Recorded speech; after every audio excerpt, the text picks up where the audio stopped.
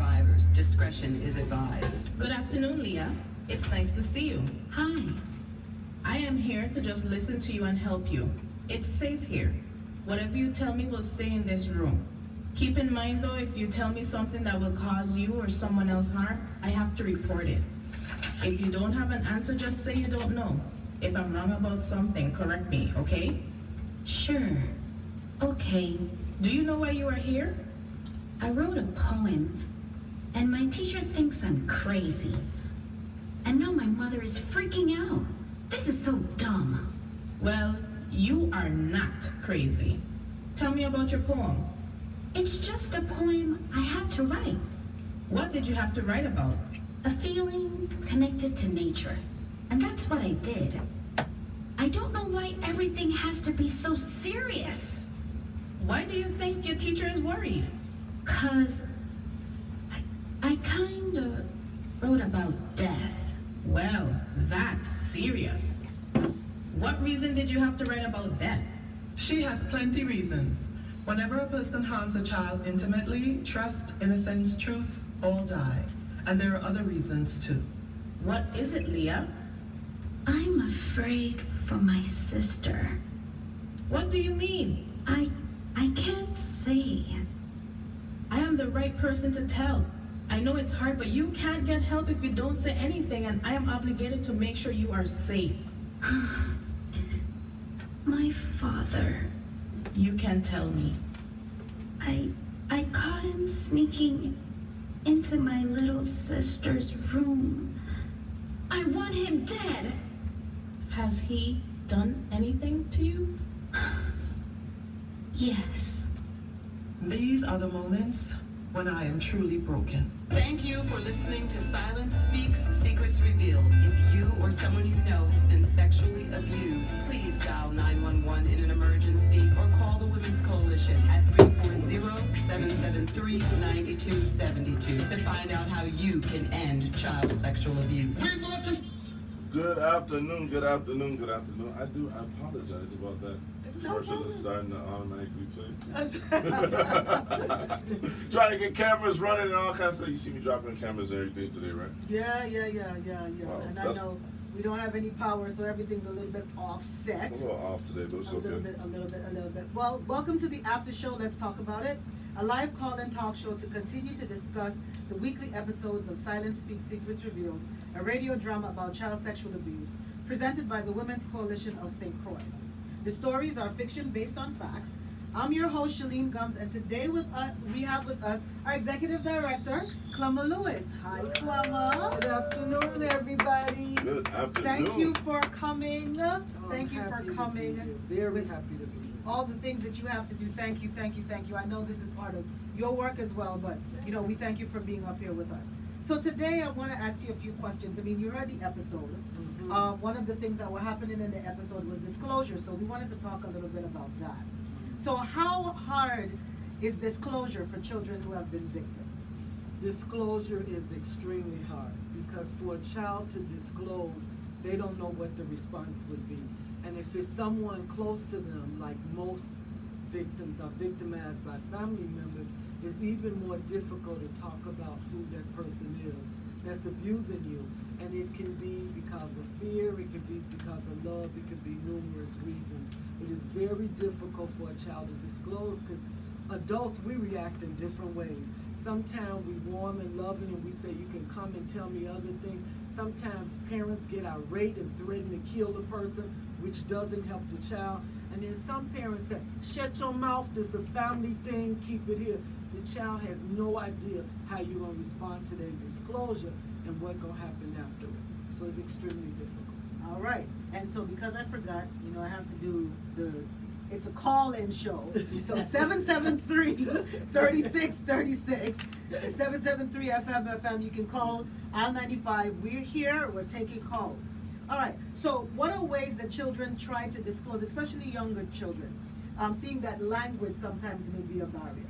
So some of the ways kids are trying to tell you something is happening, they start acting out.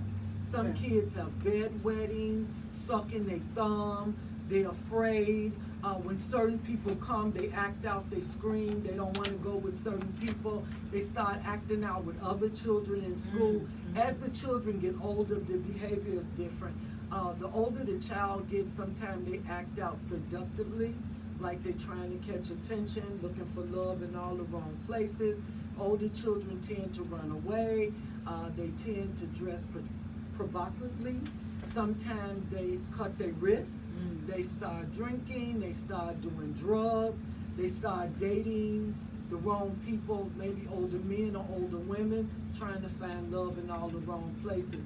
The most important thing is, regardless of your child age, one big way you can tell if they've been exposed or they're hurt, their behavior change. So if I'm a quiet child, then I become aggressive and acting out. If I'm aggressive and acting out, I start changing. My grades drop, my body language change. It's all about knowing your children, so you can pick up the signs. So one of the best ways to pick up signs is actually getting to know your children. So Thank you. That's number one. You have to know your child. If you don't know your child, you're not going to pick up the sign. Most of the reports come from schools because teachers know our kids better than we do, and they pick up the change in the children before we do. Wow. Yes. That's deep. It is. That is, we never realize how much time our children spend in school either, though. That's right. You know. All right, so how important, from disclosure, how important is therapy for children and adults who have been child victims of sexual assault? And there comes the power. So we may have been offline, but we are going to be online shortly because now the power is back. Thank you so much. All right, so back to the question. So at 773-3636, yes, Link? 773-3636. You got it. All right. All right. I'll correct you if you're wrong, but you got my job better than I got yours. Right. No, there's only one DJ Slick. So how important is therapy? Therapy is so critical. What happens is, depending on the community and the way you were raised, like people of color that look like us, we don't really understand therapy and we don't value because it's not a part of who we are. We just don't, because we think when people go to counseling, they're going because they're crazy. So we don't understand it, we don't get it, and we don't want people talking our business. So we don't participate in therapy as well as some of the other cultures. The problem is when you don't get counseling, that problem fester, it builds, and like you start off as an injured child, you become an injured adult. If you never get help, that sexual assault never go away. What people do is they compartmentalize it, they put it back here, they put it on the file, I would say file D, and then they might see the person, something might trigger, and then they blow up. And so here lies why we have child advocates that do counseling with children so children can work it out, why we have survivors groups so survivors could work it through. I hear a lot from people in the community, oh, I was molested as a child and ain't nothing wrong with me. I'm sorry to say, 90% of the people tell me that something is wrong with them. Their behavior, they're acting out, inappropriate relationships, can't stay in a solid relationship, and have issues with dealing with family members and children. Therapy is critical. You cannot be sexually abused and don't get help. That's the bottom line. You have to get help. And I have had adults that can tell me what happened from, I would say, as young as 5 years old. That's why it's critical. Very critical. I mean, and we see a lot of that up at the agency, especially when we start talking about domestic violence issues, even boys that have been molested.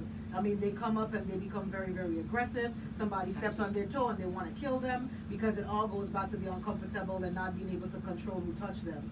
And so we really need to and never getting help when they were younger. So whether it's a girl or boy, they need to get help. And when they don't get help, that behavior gonna manifest itself in some ways that's not good for them, good for us, good for the family, or good for the community. There's no way you can be a victim and not feel it or it not impact your life. You have to get there. So a question that's not here, but I wanted to talk to you about, because I was thinking about it today. How does this affect, because a lot of people don't think about it, but it also affects your job relationships. Oh my God, it affects how you interrelate with your peers, your co-workers. It affects how you interrelate with your man, your Mhm. husband, and how men relate to women and your family members. It affects every aspect of your life. And you know, I've had cases when I was running my adult survivors group, which was so weird. Every woman that was in my survivors group, all their children had been molested and they never picked it up. Why? Because once they molest it, don't deal with it and bury it, they put it on file B and then they can't see nothing after that.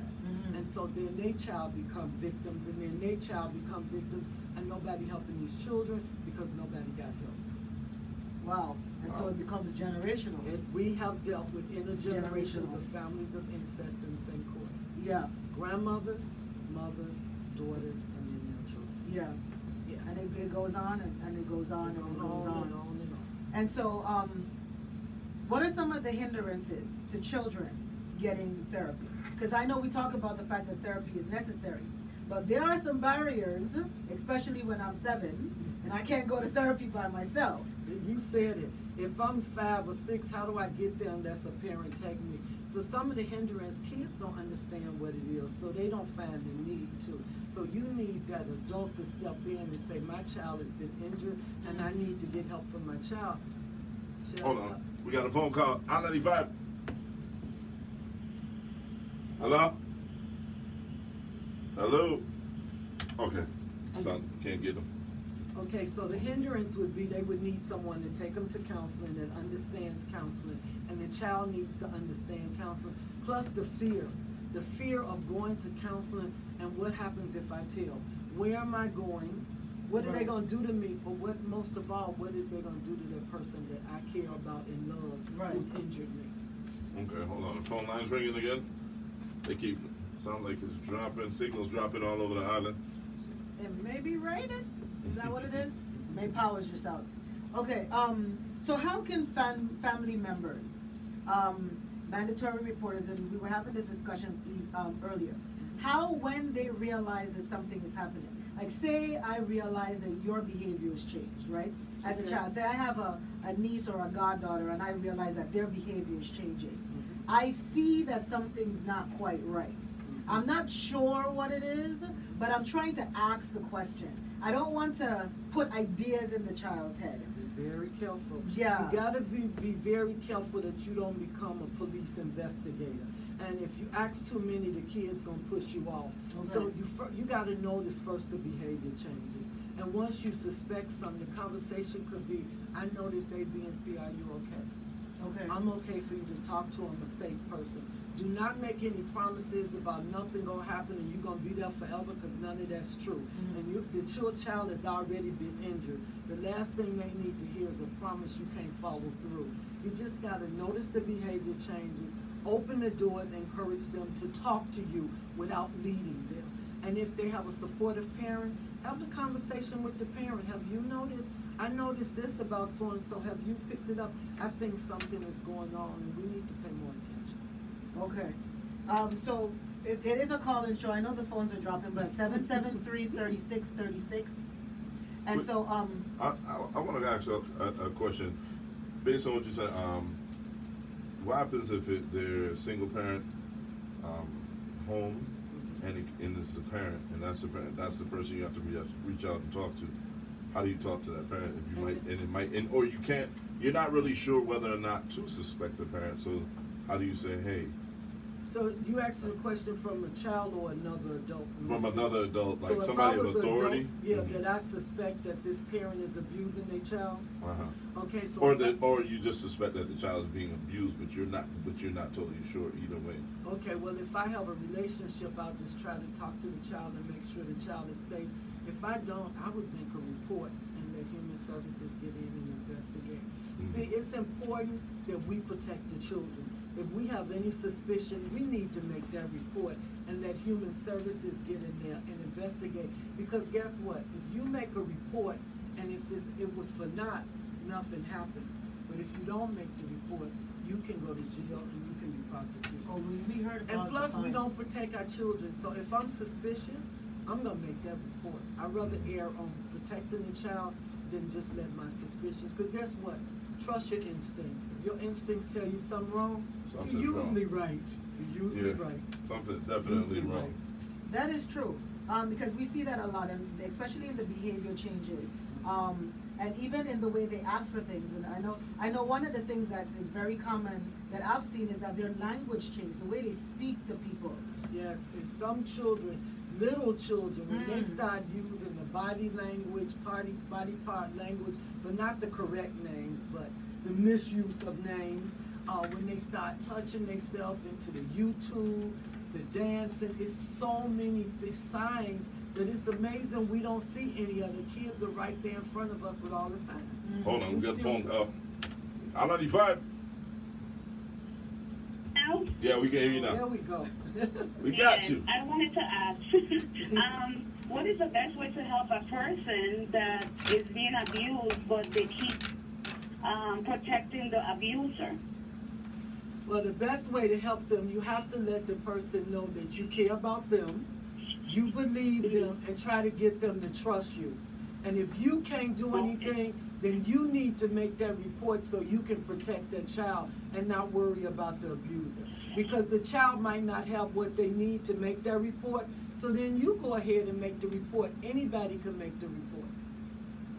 Okay. Okay, because what you got to think about is what's most important for us is the child, not the adult.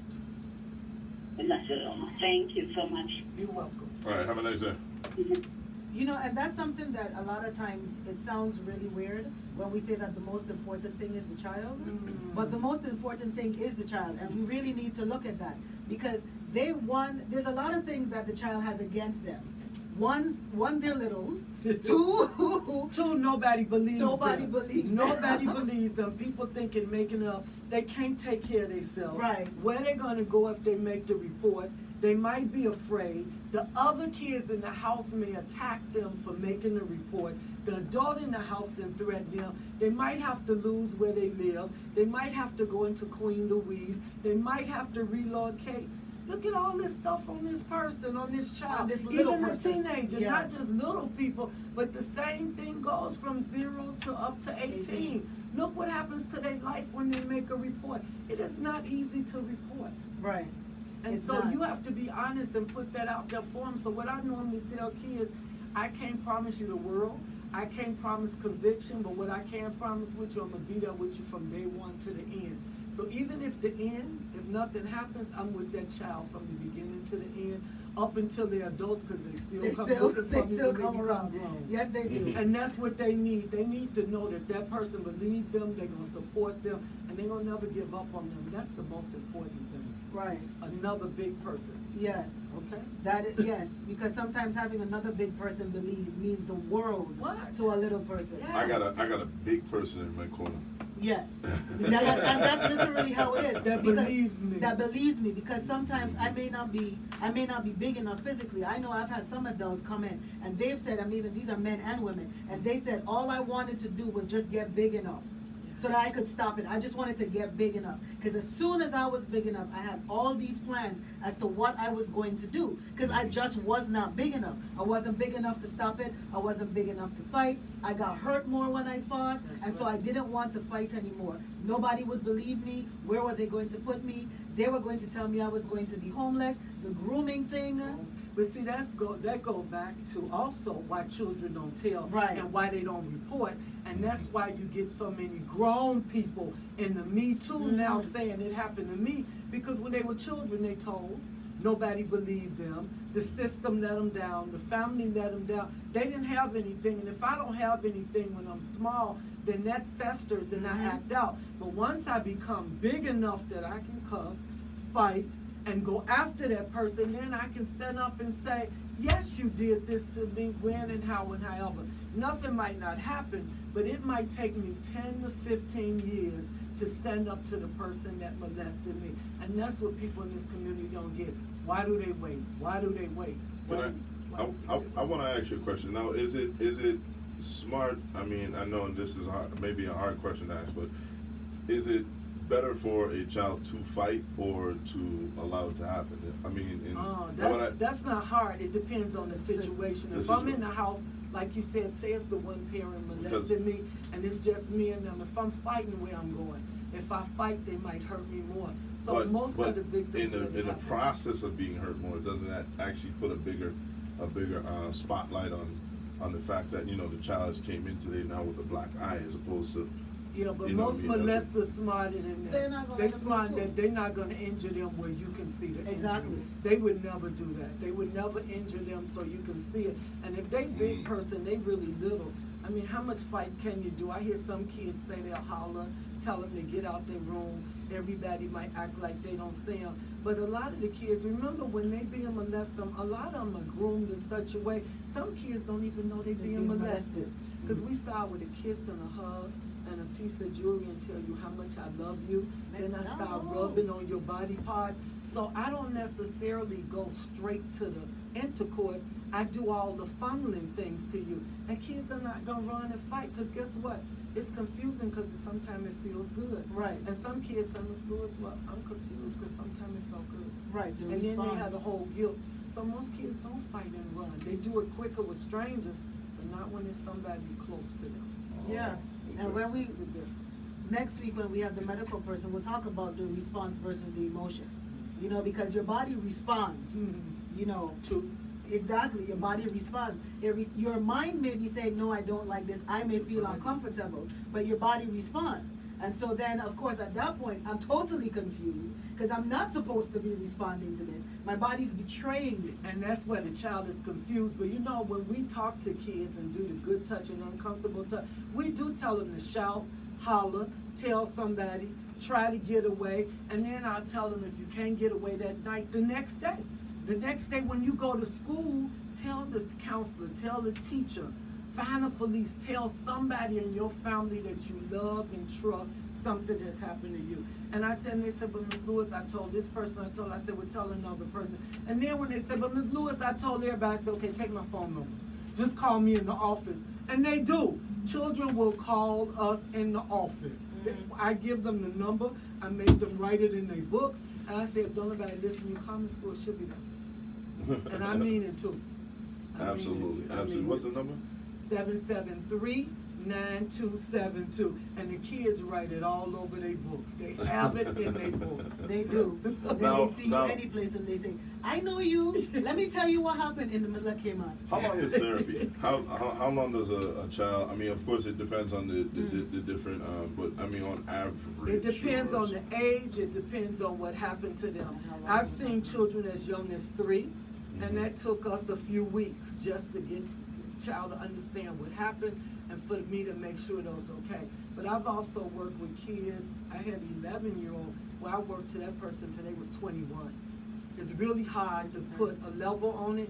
Usually people will come to us to the crisis over there, so they'll come for weeks and months until they feel safe and comfortable, and then they'll stop, then something will happen or something will trigger, and they'll be right back in our office. That's why our office is always open, and they know they can always come back, because we still got a lot of us that been there forever. But it's hard to put a label on how long it takes. It depends on the age, the child, and what actually happens. Because there's so many different components, like when we talk about sexual assault. It's not just your mind that's been messed with, it's your body that's been messed with, it's your environment that's It's a been messed with. violation. If you're taken away across from the board. home, if you had to go to court, we might have to prepare them for court. Mhm. We might have to go in the courtroom with them. They might have been traumatized from the courtroom. So it just depends on what's going on and the injury. So it can take. Understandable. And remember, the criminal justice system, the victim's guilty until proven innocent, right? Correct. So that means that this child's lying until they prove that they're telling the truth. And that same child you just asked about have to get up on the stand in a In courtroom, front of in the an person open that did it. courtroom in front of everybody. And the person Anybody on that the did it. street could walk in and listen to them tell a story while they watch the person across from them and try to be able to tell what happened to them. And they have to identify it. You have to identify that person. And so, That is traumatizing. Tell me about it. Right. Sometimes I feel Like forced- traumatized when I'm in there. I think I went to court for a traffic ticket. I'm still traumatized. Y'all got therapy for For traffic tickets? Yes, traffic court, man. I was in there like for 8 hours, and I saw people going away for murder. I was scared. Okay then, okay, imagine that then, imagine sitting Yeah. there and you 5 years old and you gotta tell all this stuff Daddy did to you in front of all these strangers. And you gotta tell Dad why he's sitting there watching you looking pitiful. And everybody's feeling sorry for him. And everybody does not believe you. And everybody people does don't not believe Wow. you. Correct. Right. So you gotta convince That's the an uphill jury. battle. You have to Yeah. convince the jury that you're telling the truth. Is there anything we could do to make that situation better? I mean, easier, What we're or doing could I, now. like close court? We've been trying to get closed court for years. And We've never video been able to do testimony. that here in the Virgin Islands. That would be nice, because there's some states where they do closed circuit court. Not a lot, but some states do it to protect the children. But our attorneys and our people believe that if you make the accusation, you gotta face the accuser, and they don't care how old the child is. Wow. Yeah. So, thank you, Clema. That's horrible. I'm sorry. Did I I say know. that out loud? Yeah, you did. Okay. You said that out loud. But it's okay. And just to kind of give you an idea of how bad the violation would be for a child that's been sexually assaulted, think about how you would feel if somebody broke into your house, Yeah. right? And went through your drawers. And went through your drawers, took out your underwear, knocked down all your private stuff, and just pulled them all down. Laid And in then your bed, laid in your bed, defecated in and then the your whole kitchen. bed smells like them. Mm. And then now you're a 5-year-old, and it's your body that they did that to, in your Yeah. room, in your space. Mm. And so that's kind of how a child feels after it happens. Like every day or every Ev- other day. This is what I'm saying. And And you it call the multiple police, and the police All the ask you, time. what did you do What wrong? did you do wrong? Did you close the windows? Did you lock the door? Why didn't you Are put you on sure? this clothes? Why are you wearing a short pants? Yeah. Why didn't you put on the blanket? Why didn't you lock the Why door? you didn't put the alarm? Why everything is why you didn't do it? Right. Wow. All right. And so we're finished. Slick has this look on his face that most people probably will have, because we don't really make the correlation between when we've been violated in our house for a robbery, and compare it to how intense it would be for you to have your body violated that way, especially in your own space. And then if you're a little person, if you're a 5, 6, Even 7, more. 8-year-old, a 10-year-old, if you're a girl or a boy, and that has to go with you, because now you can't, whereas you can replace material things in your house that has been taken, you can't replace your body. soul. You or can your work innocence. on it through therapy. That's why therapy Is is so important. important, because I can work on restoring that spiritual. That's like house. repairing the windows and putting the doors back on it. But Yeah, it's- yeah. but Put then up there's some stained burglar glass doors. windows now. Yeah, but you have to work on it and repair it and restore Right. it and bring them back. Because to now life. they're Burglar stained glass bars on windows. it. They're not the plain windows. They're cracked and broken, and they have all these bits and pieces. I They may be understand. back together, but they look completely different. So thank you, Clema. Oh, you're Thank you welcome. so much. Thank you for tuning in to Silence Speak Secrets Revealed and the After Show. Let's talk about it. The program is funded by the Grant from RALIANCE through a collaborative initiative to end sexual violence in one generation, made possible through a commitment from the NFL. Its contents are solely the responsibility of the authors and do not necessarily represent the official view of the NFL, though it should. Our number at the coalition, 773-9272. You can still call Slick, 773-3636, because he knows our number too. 773-9272. There you go, because it is a community effort. If we Yes. need to break this, if we need gonna the take silence everybody. to speak, we all need to be involved. So thank you so much. Let us know if you have any questions. Check our Facebook page, call the office, send us an email, info@wcstx.org. Anything that you need to We get in will touch with us, respond. we will respond to you. All right, so thank you so much. Thank you again, Clema, and all my wonderful crew, The whole staff, including family staff. Slick, the king in the house. Thank you. Definitely, man. Want to thank the Women's Coalition. Oh, man, keep it locked. We got more jams on the way. It's the People's Station. One Aisle 95. Thank you, ma'am. Time.